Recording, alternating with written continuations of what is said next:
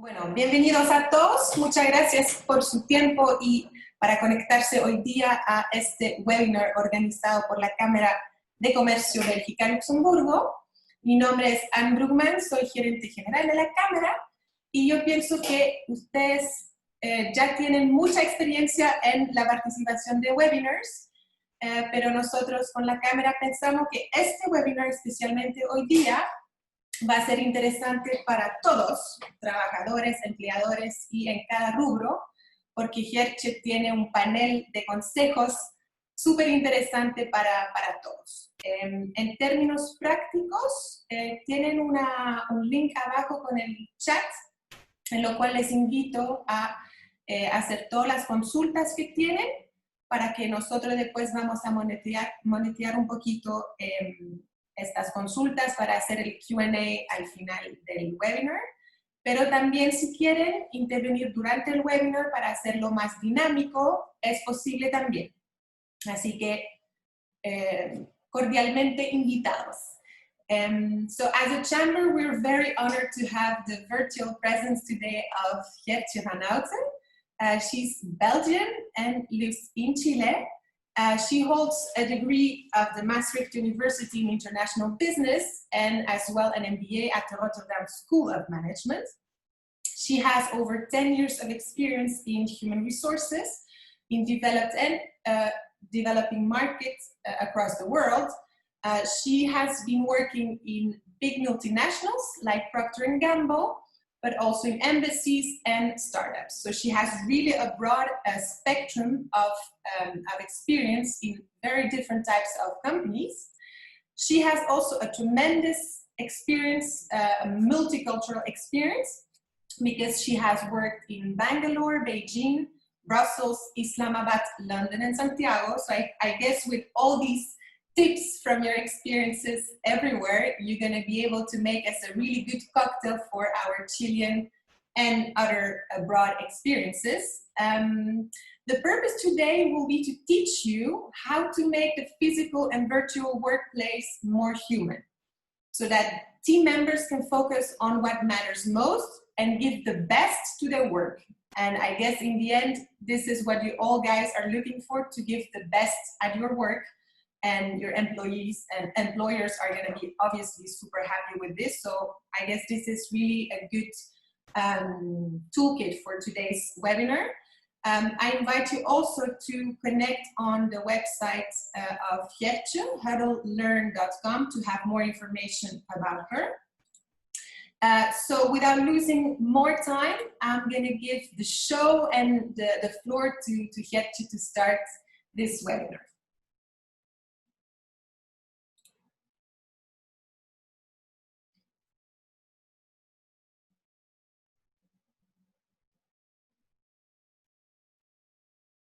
Hold on.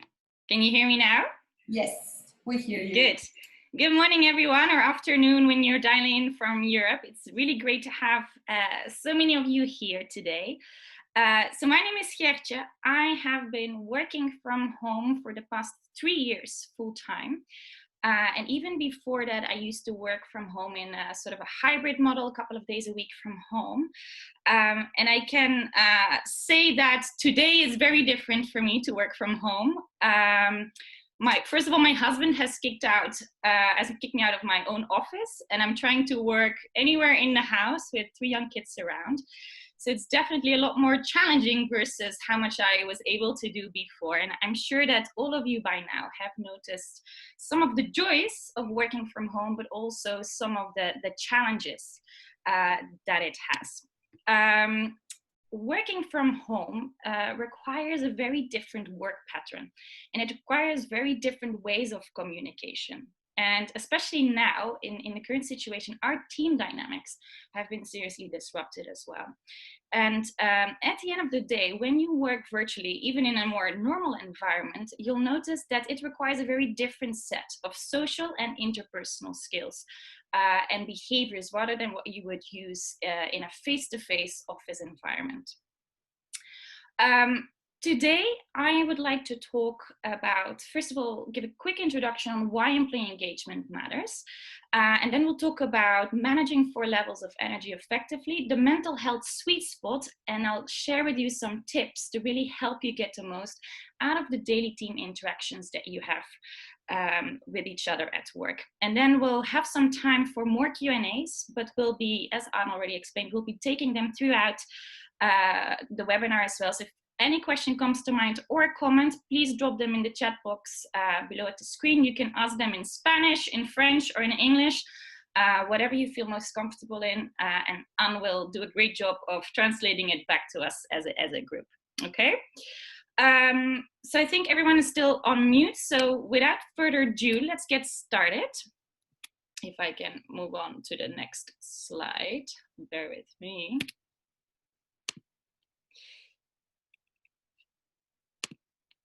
So why is it important to focus on employee engagement? If you can write some comments for me in the chat box, please. Why is it important to focus on employee motivation?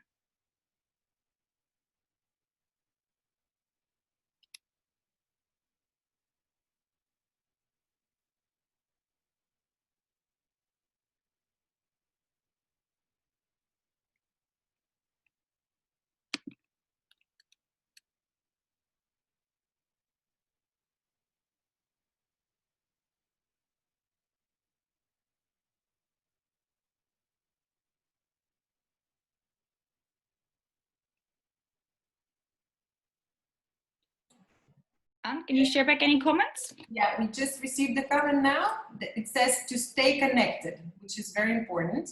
Also, the motivation must be self-motivations, and that depends obviously on the commitment and engagement. We also have from Camindia saying the better productivity, so better obviously productivity to have people more engaged and focused. Yeah. Thank you so much for all your responses. Yeah, so some good ones there. So at the end of the day, focusing on employee engagement is not a nice to have, but it's actually a key priority for organizations to succeed. And research has time and time again shown that engaged employees are more enthusiastic, they're more energized, and they're more motivated. And this helps them in return to achieve personal goals. People report greater well-being, job satisfaction, and basically self-development. And this will also help to improve performance, creativity, and productivity. And motivated employees will also help organizations to improve attraction of talent and to retain talent. And at the end of the day, it will also help to serve customers better. So it will lead to improved organizational results. Okay, so today I want to focus on you as a manager and as an employee to help you and also the people that you work with to feel more engaged whilst working from home. And to get the best out of yourself in a way that we can sustain, even in the most challenging times, we should address 4 levels of energy. First, physical, emotional, mental, and then our spiritual well-being. And many people are pushing themselves too hard mentally and emotionally, and they do too little physically. And when you manage all of these 4 levels effectively, what you actually see is that you will get to a lot better performance because you're fully engaged. And time, at the end of the day, is a finite resource. With energy, you can systematically expand and regularly renew by establishing specific rituals. And rituals are behaviors that you intentionally practice and precisely schedule with the goal of making them unconscious and automatic as quickly as possible. So in effect, you're creating habits. And each energy level that you see here on the slide profoundly influences the other. And when you fail to address or have big gaps in one of these, it will compromise your overall performance. So let me give you an example. If you feel very hungry, you'll notice that you're less able to focus and you actually become grumpy. So the physical energy in that way influences your emotional and your mental energy levels. So let me give you a bit more detail of what I mean with each of these energy levels. So with physical energy level, I mean the ability for people to work stress-free. What people need is to have the right resources to do their work or the right information to do their work, but also they need to have safe working conditions. So for example, are they able to have good ergonomics whilst working from home? Because if not, it will ultimately lead to bad posture and other physical problems.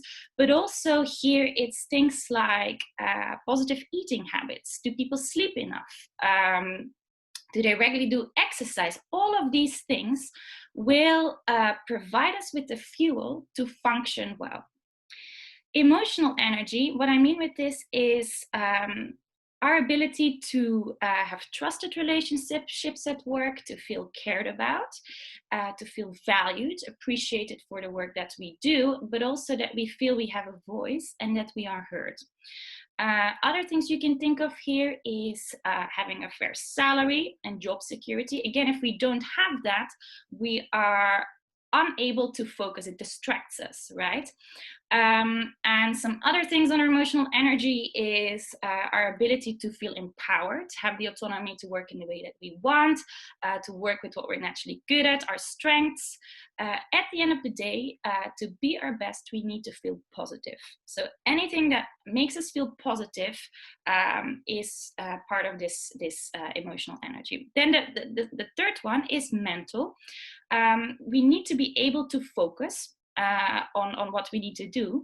And we can get more focused by having clear goals, individual goals, team goals, but also we need to be really clear what is expected of us at work and what success would look like. Other things here are having good working habits. For example, don't multitask, because 99% of people are not able to multitask effectively, even if we all think we can do it. But also things like, what are the work processes that you have put in place in the organization? Are they enabling people to really focus, or are they actually not helping them to get the best out of themselves and be really productive? All of these things together will help us to get things done. And then the final level is spiritual. Here I mean nothing really religious, but it's about being able to do meaningful work in line with your values.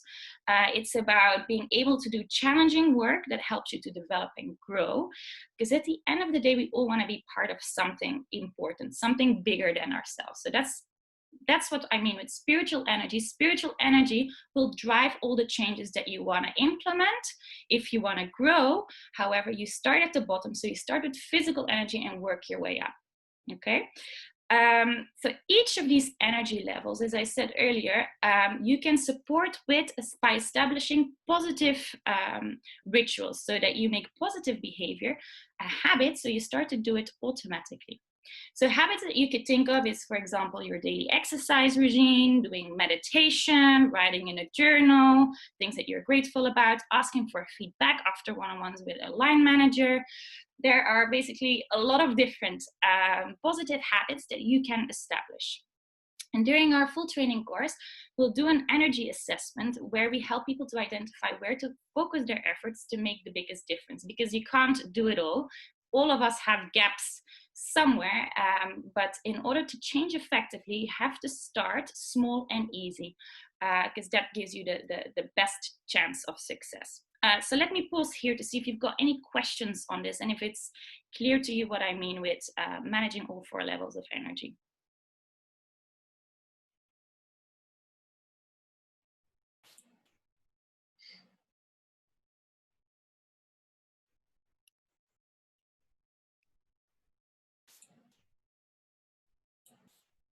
No questions, Anne?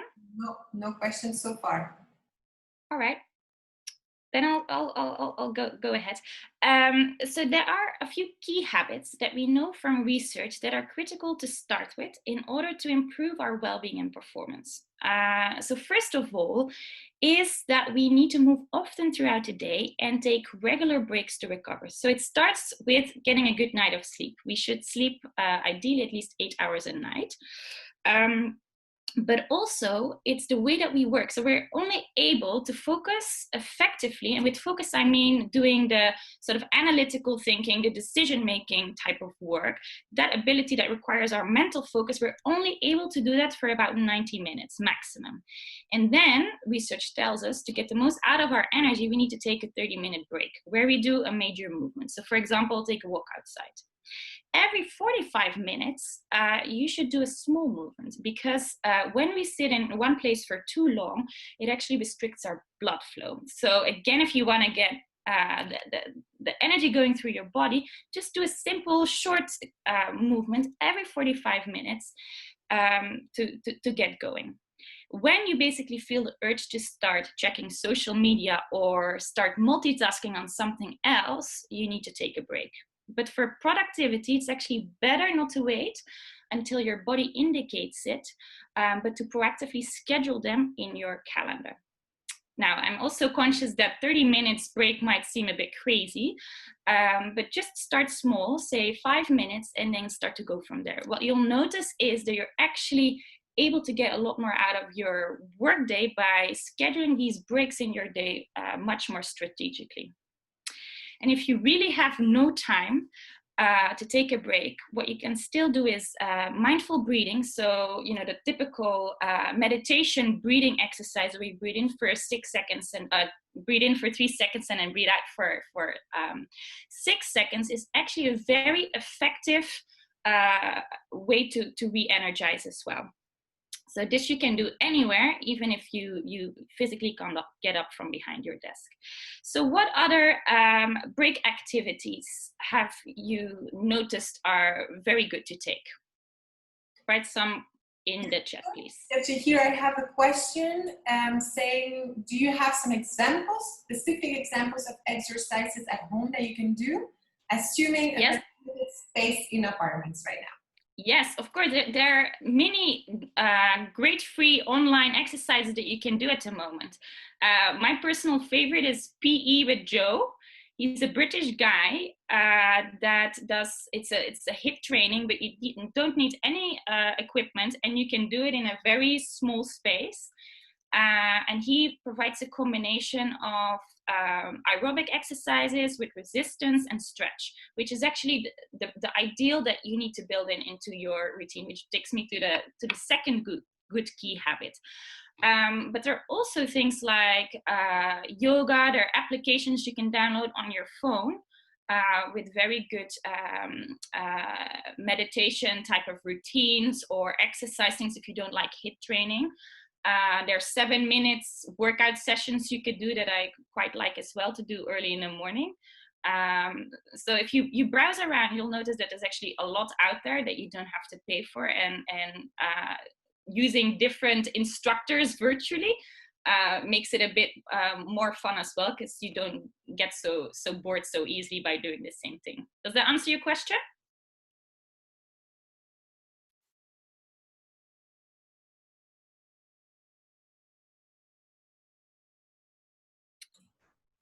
Okay. Waiting for her response, but here I also have another question from Claudio. Yeah. Saying break activity could be doing some phone call as well. So not physical only, but doing a phone call. And that can be done obviously away from the desk to change a bit the environment, looking through the window and even taking some coffee. I guess this is also maybe a good break, Gertje? Yes, fantastic. Yeah, so you can indeed face-to-face social interaction, and I mean with face-to-face could be virtual, but it could also be a phone call, is a very, very good break activity. Actually, we need to take time every 46 hours for a human moment, because we are, human beings are very social creatures. And the challenge when we work from home is that we tend to get a lot more easily isolated. So you have to make more effort to schedule that connection. So absolutely a great break activity is to have a phone call with someone, I would say, not a work contact, but someone that you care about. Could be, of course, a work friend, but the best ones are when you really enjoy talking to that person. Other break activities that you could think of is go for a walk in your garden, if you have one, or even outside. I know in European countries you can actually leave your house. Here in Chile we're more restricted. But also things like meditation or listening to music can be very good. Or play with your kids. Doing yoga is another one. Or take a power nap, very effective. Take a 25-minute power nap in the afternoon, or doing something arty or drawing. Basically, there are 4 criteria for good breaks. It has to be relaxing for the body and the mind. You have to have some control over how you spend your break, and there needs to be a distance between what you were doing before and what you're going to do in your break. If it's too much the same, it won't give you that recharging feeling. Okay, so a second key habit, and we talked a little bit about that, is to exercise. And as a good rule of thumb, try to plan exercise at least 20 minutes a day with a weekly routine of aerobic resistance and stretch. Now, again, you don't have to run a marathon every day, but just going for a walk, physically moving will already be a really great start. And again, if 20 minutes seem too much, start small, and then you'll notice that you automatically start to build up from there. And the final good key habit to focus on if you want to really make a difference to your well-being right now is nutrition. So I think we all know that we have to drink 3 liters of water a day, but many of us don't do it. But also things like being conscious about what snacks you eat. To keep your body fueled, it's a good practice to actually eat small snacks in between your meals. So eat snacks or meals that will give you energy for the next 3 to 4 hours. In that way, you won't have that sort of energy dip. And then we also know from research that breakfast is actually a really important thing to take if you want to kickstart all the processes in your body. So try to make time for that, and try to make time to eat together with other people. If you can't do it in your home, schedule a virtual lunch with someone, because again, when we spend time with others eating, we get greater satisfaction from it, which in return helps us to reduce stress as well. So like with physical training, to get better at something, you will have to put in the time and the effort. You have to train all 4 of these energy levels if you want to improve your overall performance and well-being.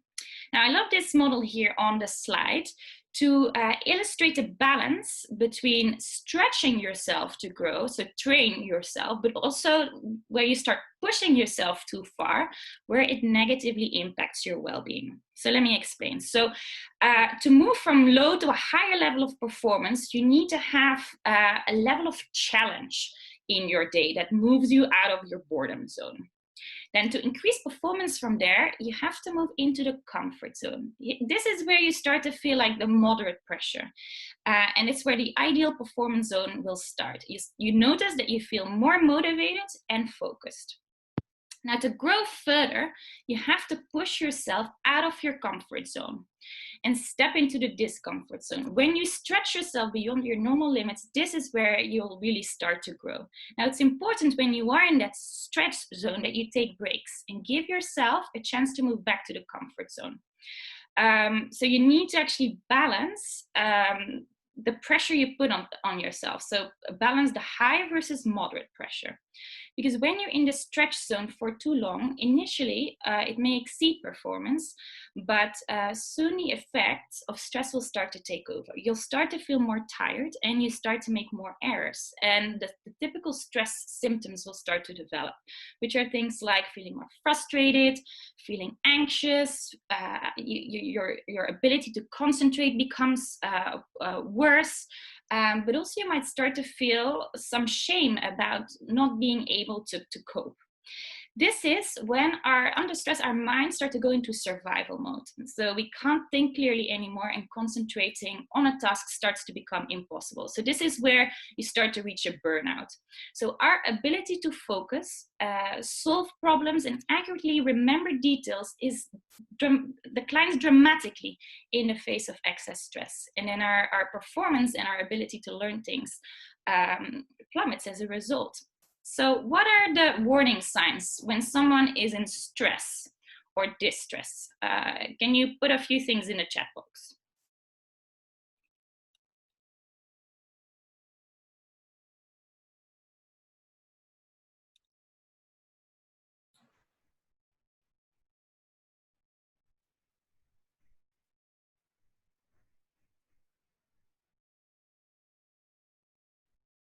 Yeah, one of the factors of stress is being always tired, says Philippe. Yeah. Probably also bad sleep when you're. Yeah. Yeah, I receive it in poor sleep, bad mood, homeschool with 3 kids.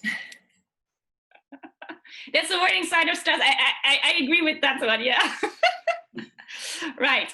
So a couple of signs of stress. So as you mentioned, emotional reactions, right? Becoming more emotional, more tearful, or even more angry. Your sleep is impacted. You actually have broken sleep or poor sleep, or you just feel constantly tired. Another thing is change in use of alcohol to actually cope. Some people start to become overly sociable and others start to become totally disengaged is another sign. Behaviors can change as well. You know, someone can show very out of character behavior. They can become hyper vigilant, but also you might start to feel some physical reactions like racing heart rate, stomach cramps, being more sweaty, anxious. Or another thing you could see is that there are unexplained dips in someone's performance, or someone really doesn't seem to be able to concentrate. So all of this is actually not a rare thing to happen, especially not now. In Europe, around 3 out of 5 employees have experienced mental health issues in the past year because of work.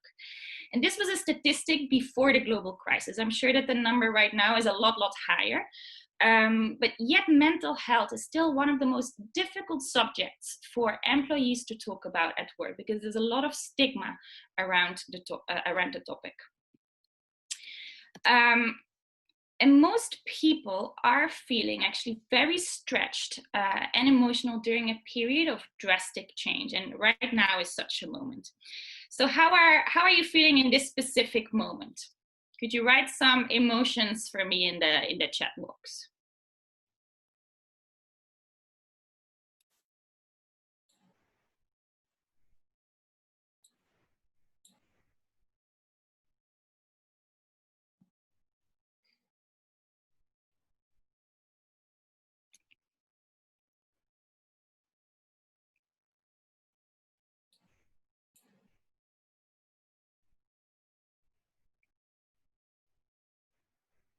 Yeah, here I have a response from Martina saying most of it is frustration. Yeah, I think helplessness.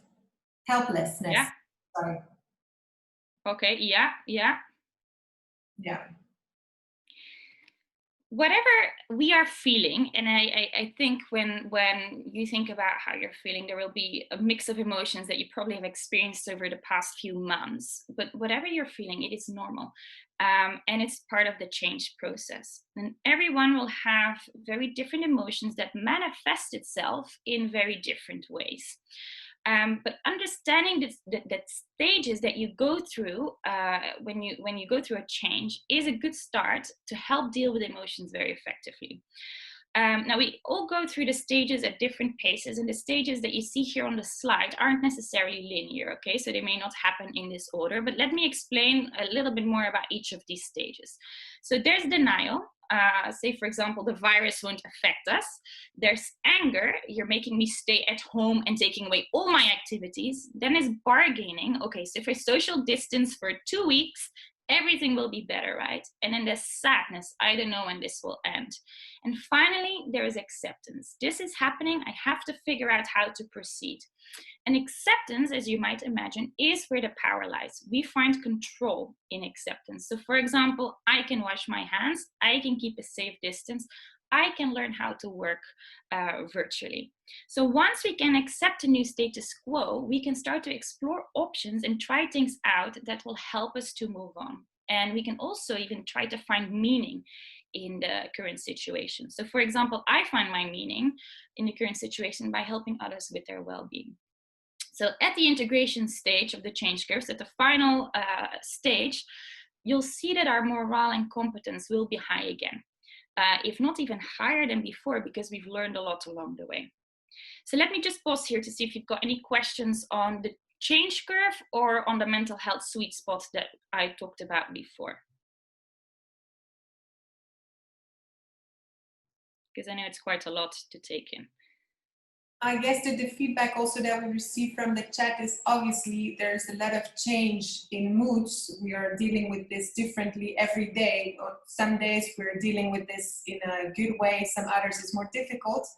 But Martina is saying our behavior is different because we're stuck at home all the time. There's no break, you know. So I guess this is a difficult thing to deal with. So yeah, I guess we all have to deal with it. Absolutely. And what you see is actually there are constantly all these new changes thrown at us, right? So if I look at my own feelings, like I accepted that the schools were closed for, you know, a month, and I had mentally prepared myself in the beginning. I went through all the stages. I finally got to accept it, and then bam, they extended that period again, and then it throws me back again where I felt like sort of hopeless and frustrated. And then you again sort of learn how to deal with it again, but it constantly, with every change that's thrown at you, you kind of have a sort of a setback again that creates all these mixed feelings that we feel all the time. Yeah, I think what is important is to allow it to yourself, to know that okay, it's happening and it's fine. It's fine. You can be bad some days, and there are other days where you're gonna deal with it fine, but we're all going through this, so just accept it. Absolutely. And actually, if you try to deny your emotions, it's probably one of the most ineffective things. Talking about them, however, is something that is way more helpful. And that also brings me to the next, to this slide here. I talked earlier about the importance of what you can control. And what we know from research is that high demands, low control, and a lack of social support at work have all been linked to mental ill health. What we need is a sense of social connection and belonging, right? So we need that physical contact between people where we trust one another and respect each other, because that gives us that sense of human connection. And the more isolated we are, the more stressed we become. And that's very important to be aware of when working remotely, because that actually is the call to action, to use a lot more video conferencing and other informal communication tools like WhatsApp, or there are many others, to really create that sense of human connection still in your day. And you need to do it a lot more versus what you used to do in the normal world, right? Whatever that is now, everything has changed. Point on low control and high demands. So if you perceive that you have no control or choice in how and when you work, so for example, you don't have enough time to do the work, it will also induce a stress response, which then in turn impacts our ability to focus. And stress reduces our mental energy available, and it negatively impacts our physical health. So it impacts our well-being and our motivation, which impacts our performance. Now, our mental health fluctuates in the same way as our physical health does, right? We're not always in the tip-top shape. And as you've seen before, there's that sweet spot, that curve, where you as a manager and you as teammates need to try to support each other's resilience. And to build resilience, there are basically 4 things to keep in mind. People need positive interactions with one another. They need to be part of something important, which is why, you know, having shared team goals is really helpful. People need to be able to stretch themselves without feeling overwhelmed. And they need to have that sense of control over their daily lives. Now, as I said, many people are often nervous to talk about mental issues at work, but the statistics tell us that many of us have experienced it in the past or are likely to experience it in the future. And so it's just to say that you're not alone, and so feel okay to talk about it, because it will actually make a difference. One of the most effective ways you can help each other with mental health is to regularly check in with one another. Just for 10 minutes, and use everyday language and empathy to just hear each other out, right? So just asking the simple question, like, I've been finding things tough lately, have you too, can already be a really good conversation starter, because it helps people as they're talking it through to make sense of what they're feeling. And as we saw earlier, once they can start to make sense of what they're feeling, they can start to think about options that will allow them to move forward. As a manager, but also as a colleague, another thing you can do is change the pressure that you put on others. So, for example, you can help them to rebalance work demands. You can help them to break down work in more manageable chunks of work when they feel overwhelmed. You can allow them to work in sprints without being interrupted. So in sprints, I mean like being able to focus for 90 minutes without having to break for meetings or being expected to check in on the chat box, whatever it is. But also another thing you can do is to help them to disengage. So to actively encourage them to take breaks, to go offline when they're done with their work for the day.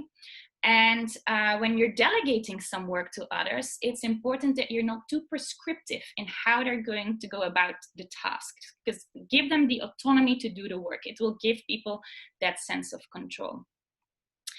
And another thing that's really powerful if you feel lonely is to actually find time to help others. It's one of the best ways not to help others, but also to fight your own loneliness. And finally, act as a positive role model. Because if people see that you're behaving in a certain way, it makes it a lot easier for others to do the same thing. And you don't, again, need to be the leader of it in a team to act as a positive role model. Everyone can play a really important part in that. And another thing I would recommend is to have a conversation at the team level about your current experiences and what interventions as a team together you can make, and then let the team define the rules of when and how they want to work together.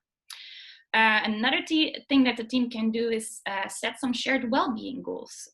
What works quite effectively is, for example, if the team likes to go for a daily walk together or take part in a group's dance session or a mindful workshop, whatever it is that people like to do, what matters is sort of creating that shared sense of experience where you're not necessarily talking about work. That will help to build that sense of connection and will provide the social support that people need. As a manager, what can you do during change? I really like the metaphor of head, heart, and hands. That explains it quite well, I think.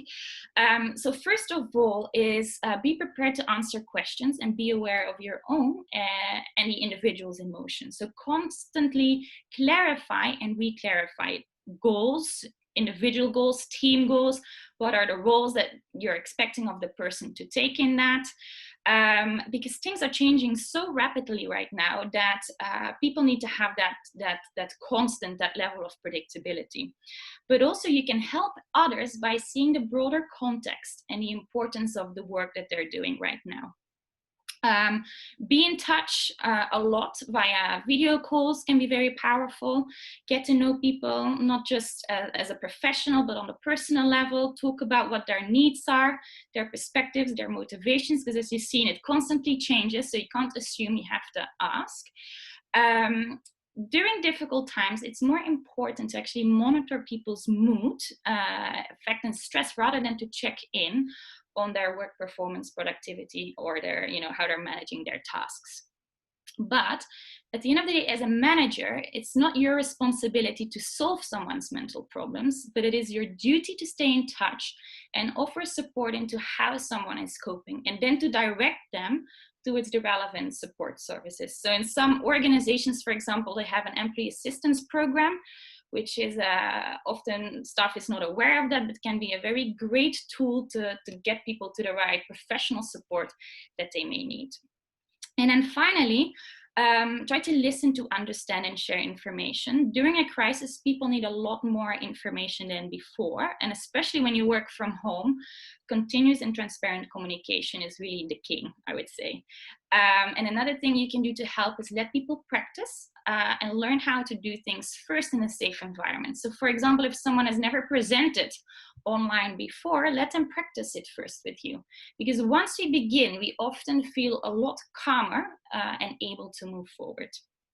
And you know, as a leader, you can also set up early wins and celebrate success, early successes with the team. Very powerful, again, to motivate people. So if you've done your first online sale, for example, celebrate it, because often we don't take enough time to share appreciation with one another. Now, a great way, if you're not sure where to start, is to focus your interventions on the local ground level experience of work. And with that, I mean, who are the people who are actually working with each other and what are the interactions that they have? Because our motivation comes from many, many daily local interactions that we have at work, in particular with our team members. Now, there are many, many daily interactions that have a very powerful impact on our level of energy and on our motivation. And as a result, whether we're able to, you know, give our best to our work. And instead of focusing on getting more out of people right now, invest more in them so that they're really able to deliver results for you, okay? So a great way to make sense of these daily interactions is by making them visible. And I like to draw an employee journey map. You can find many great examples online, but I've shared here on the slide my employee map, my version. So let me explain a bit how it works. So the key here is to think about how you can create these positive daily interactions and experiences at team level, and then map them out and try to link them to the 4 levels of energy that we talked about before. So let me give you a couple of examples to bring it more to life. So let's take onboarding. Say you're hiring a new person right now. What really makes a difference for them to feel valued and welcomed is, first of all, that they have the physical resources to do their work, that their IT is delivered, set up to go, that they're connected. Now, when working remotely, the team will also need to invest a lot more time to introduce new team members and to get to know each other. So it's important here to focus, again, both on the professional and the personal side. The more team members know about each other's work environment, home work environment, the more they're able, the better able they're to make sense of each other's behaviors. So a nice initiative, I think, is to, for example, ask someone to give a virtual tour about their own work-home environment, because you'll be surprised how much new things you can actually learn about each other. So it will boost emotional energy in the team, but it will also really help to normalize the new work environments we're all in. Another example is one-on-ones with line managers. This is an example linked to emotional energy and mental energy. So different studies have shown that team leaders who have regular one-on-ones, so weekly one-on-ones with their people, have much higher employee engagement scores versus people who only check in once a month, for example. Now, when you work remotely, the need for these regular one-on-ones is even higher, right? So as I said before, it's important to use that time together to clarify and re-clarify goals and roles as it's moving so fast, but also to really check in on how someone is doing in their life in general and what's impacting their ability to work right now. So emphasize the personal interactions and make sure you set time aside on the agenda for these personal updates, and then use video conferencing to talk whenever possible. And as a final example, recognition. As I said, we often don't appreciate each other enough at work, but it's really, really powerful to trigger positive emotions. And it benefits actually both the receiver, but also the giver. So you can thank someone in the form of an email, a call, have a simple conversation, and the more detailed and specific you are, the higher the impact it will have. So set time aside each day to express your appreciation. And of course, it has to be sincere, but I'm sure when you look for it, there are many opportunities to say thank you. So a way you can make it part of your daily routine is, for example, as you're making your plans on what you're going to do the next day, why not add a minute to it to say thank you to someone? Okay, and this is something anyone can do. It's not, by the way, just for the manager to do it. When colleagues say thank you to each other, it's also, of course, super powerful. So I hope you get the idea. Is there anyone who would like to share an example of what they're doing within their organization that's been really powerful?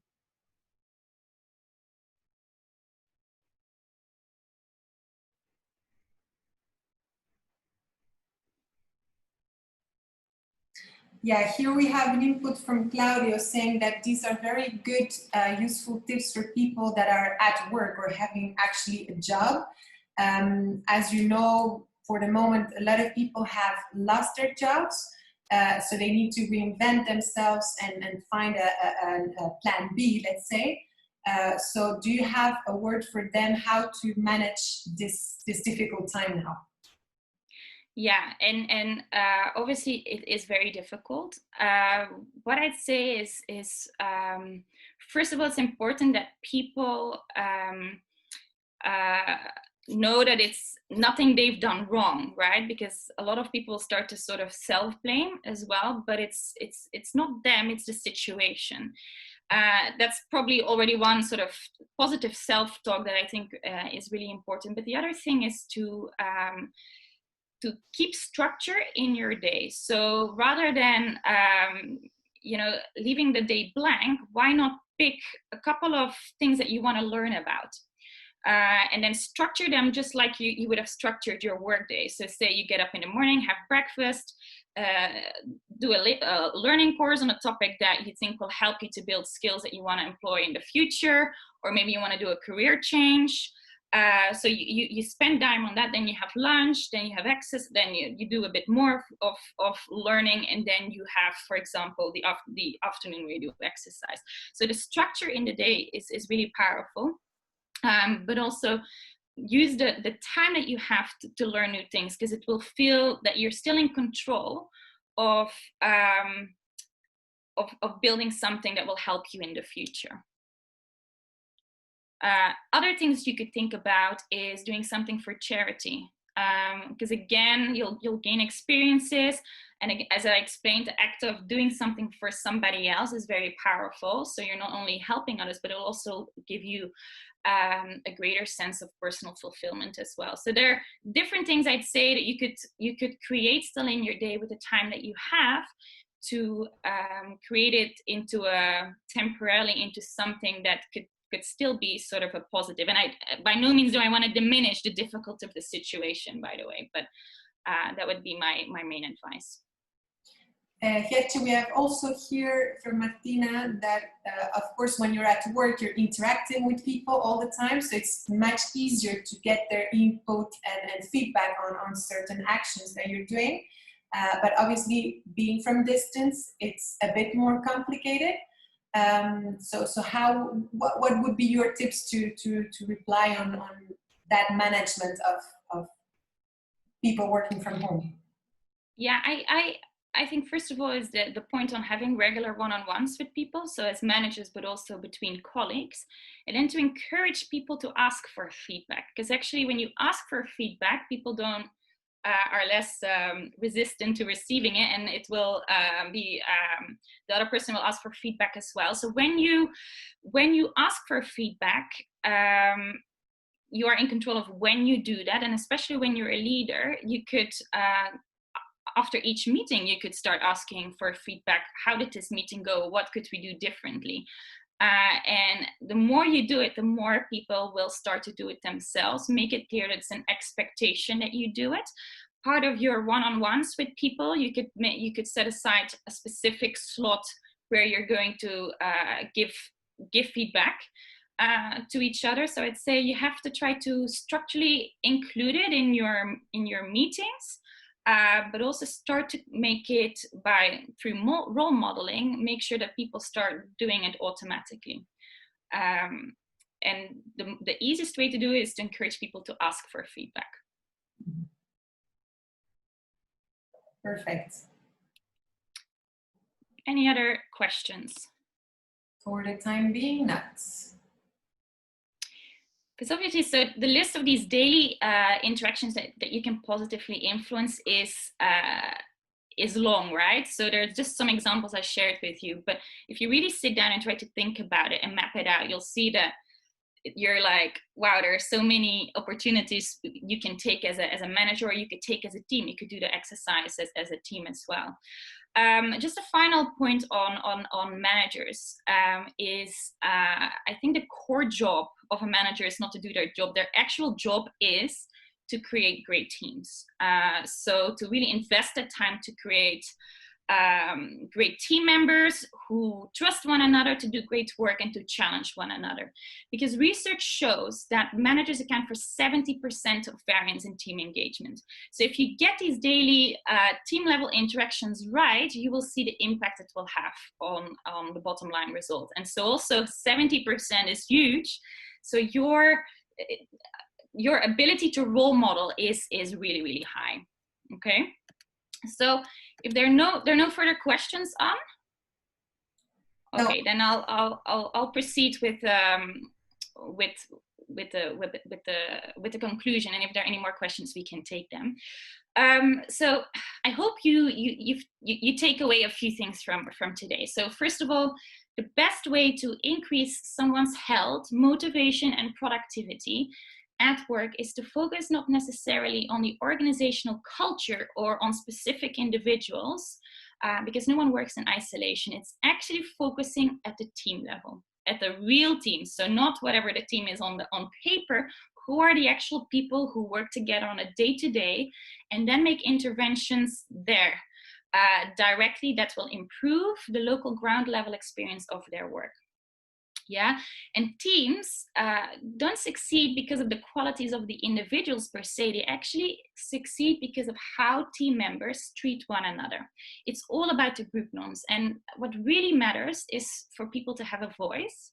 So to be encouraged to speak up, to feel heard, and you can encourage that by asking for feedback, for example, regularly, but also to involve people in decision making. Empathy, make sure, encourage people to be tuned into how others feel, to ask about how they're feeling, speak human to human. And the third one is trust. People really need to feel that they can be honest with one another and that they have each other's back. And the way you can encourage this, for example, is that when people fail, don't blame or punish them, but focus instead on what they can learn from that situation. That way is way more powerful to build a stronger team dynamic. And the second thing I hope you take away is that the higher the demands we place on people, either in work or in their personal life, the more need there is for social support, acknowledgement, so appreciation, and opportunities to recover, so take breaks. And remember that to build resilience among people, you need positive interactions with others. You need to feel part of something that's important. You need to be able to feel stretched without being overwhelmed and strained, and you need to have that sense of control in how you organize your daily life.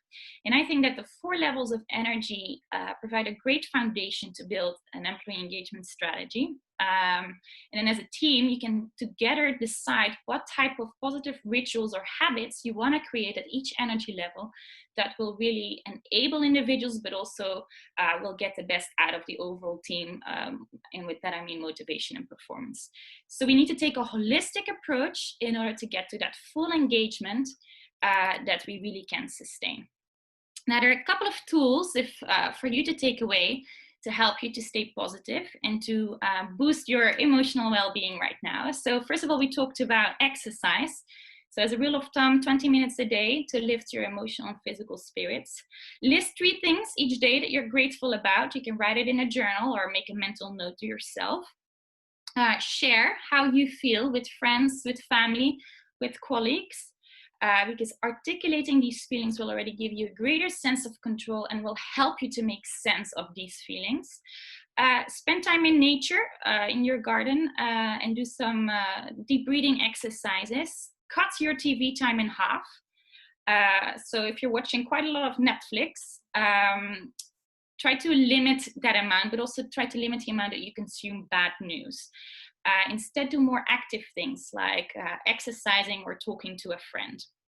And don't just on social media, but have a real conversation with a real friend. It will make you a lot happier. Then a good laugh a day will decrease stress and will boost your well-being as well. So watch a comedian, call up a person that you find really funny in your life, just however you want to do it. Make sure you can have that good deep laugh. It will lift your spirits. Be kind to others, as it will make you feel happy yourself as well. Sleep 8 hours a day, or take a power nap in the afternoon if you don't get enough hours in the night. and try to have a relaxing evening, which we're just doing a little bit of promotion here. But if you'd like to learn more about our course, we offer a 5-day course with 45 minutes of team sessions facilitated, where we talk more about things like we talked about today, more tips on how you get more done of what matters while working from home. And then it's combined with doing 30 minutes of pre-work exercise that you can do as an individual to really gain self-awareness. So the whole training in a nutshell is packed with a lot of practical tips and tools that you can implement straight away. So if you have any questions on this, don't hesitate to get in touch with us or through the chamber. And then the final one is I would like you to encourage us to follow us on Instagram. We have a Huddle and Learn account where we share daily tips to help you to get the best out of yourself and your team. And so with that, I would like to say thank you so much for joining us. I hope to see you again soon in any of the different forums that we have, and hopefully face-to-face at a Chamber of Commerce event very soon. So good luck, stay safe, and thank you. Well, thank you, Gertje. This was an amazing presentation. I think we all can take some tips home to apply. I invite you obviously to follow us on all the platforms of the Chamber of Commerce, the website, Facebook, Instagram, LinkedIn, but also follow Huddle and Learn. We will follow up with an email after this webinar to put you in contact with the contact details of Gertje, and also to give you a link for the slides. So with that, I wish you all a very pleasant day. Keep this positive mindset that we just had with Gertje. So I wish you all the best. Thank you so much for participating. Thank you.